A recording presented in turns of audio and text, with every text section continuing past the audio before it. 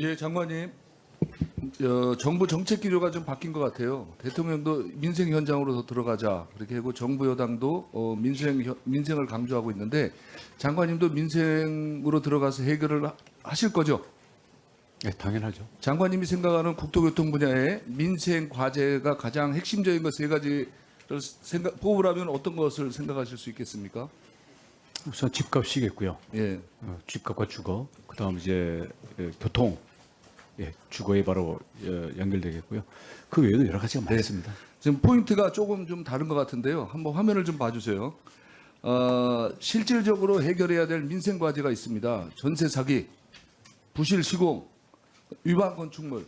자, 전세 사기. 장관님, 최우선 변제금, 보증보험 제도, 그다음에 공인중개사 제도. 우리 사회가 이런 제도를 가지고 있는데 잘 돌아간다고 생각하세요?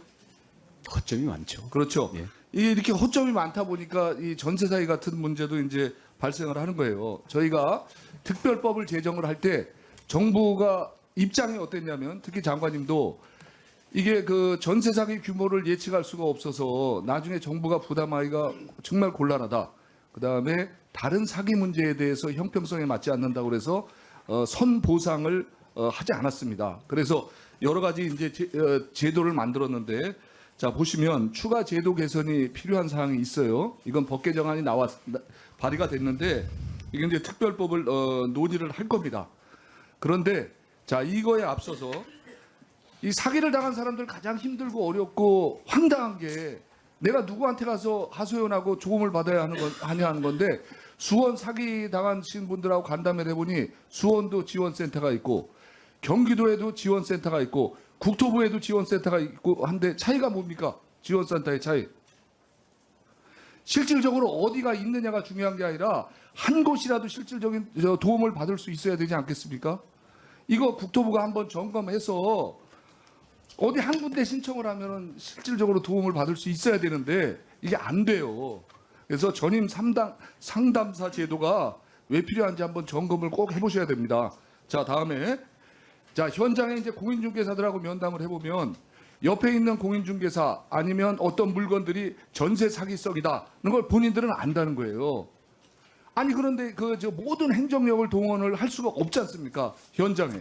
그리고 이게 작동도 안 되고 그러면 당연히 현장에 가장 가까이 있는 사람들한테 권한을 주고 당신들이 한번 체크를 해봐라. 대신에 거기에 대한 책임도 지고 의무도 져라. 이런 제도를 왜 안 만들어 주시는 겁니까? 아니 이거는 행정력이 감당할 수 없는 거는 당연히 보완을 해서 만들어 주셔야 되는 거 아니에요. 그래서 전세 사기를 당하신 분들은 피눈물을 흘리고 있고 앞으로 얼마나 더 나올지가 모르는 상황에서 좀 더 적극적으로 나서서 해소를 하셔야 됩니다.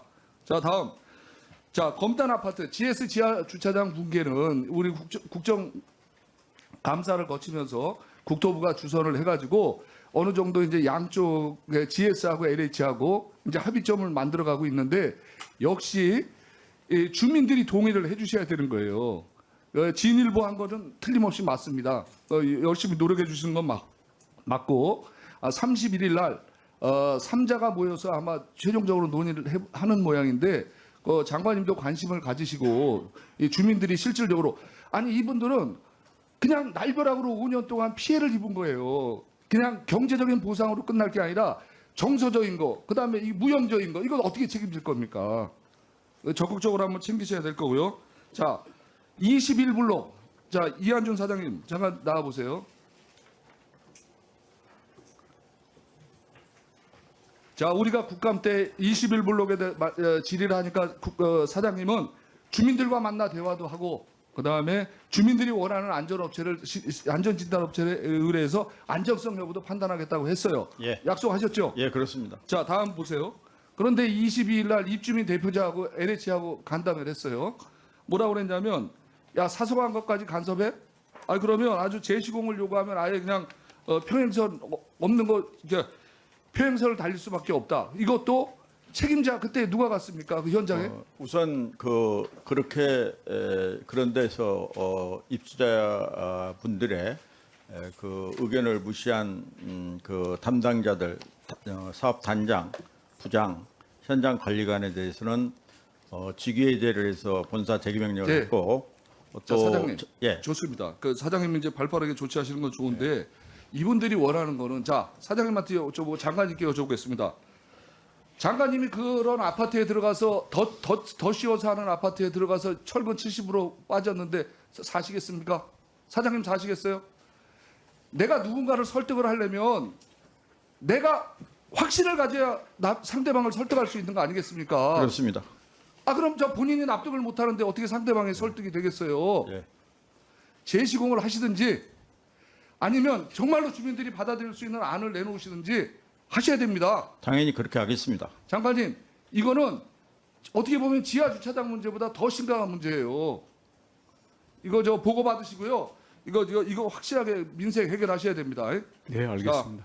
마지막으로 그 이행강제금에 대해서 장관님께 들어가셔도 좋습니다. 장관님께 질의하겠습니다. 그 이행강제금을 부과받는 그 호수가 몇 가구나 되시는지 전국적으로 알고 계세요, 장관님? 약 한 20만 가구 되거든요.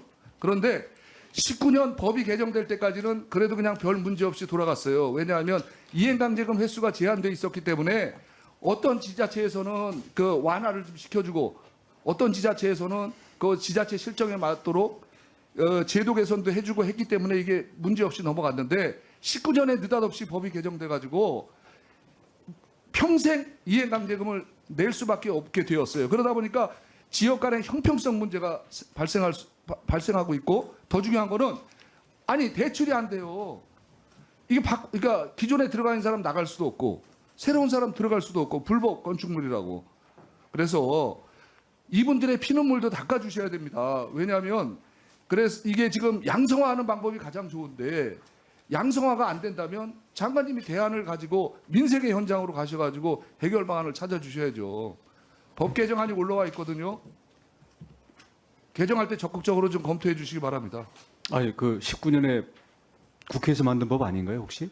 장관님, 장관님도 아셔야 되는데 국회에서 통과시킬 때 상응하는 조치를 하기로 했는데 법 한쪽만 통과됐다고 그러더라고요. 그래서 문제가 되는 거예요. 그래서 내용을 한번 보시고요. 이 형평성 있게 그때 구제책이랑 같이 가도록 고안을 했었는데 위반을 했었는데 하나만 통과시켰다고요. 네, 알겠습니다.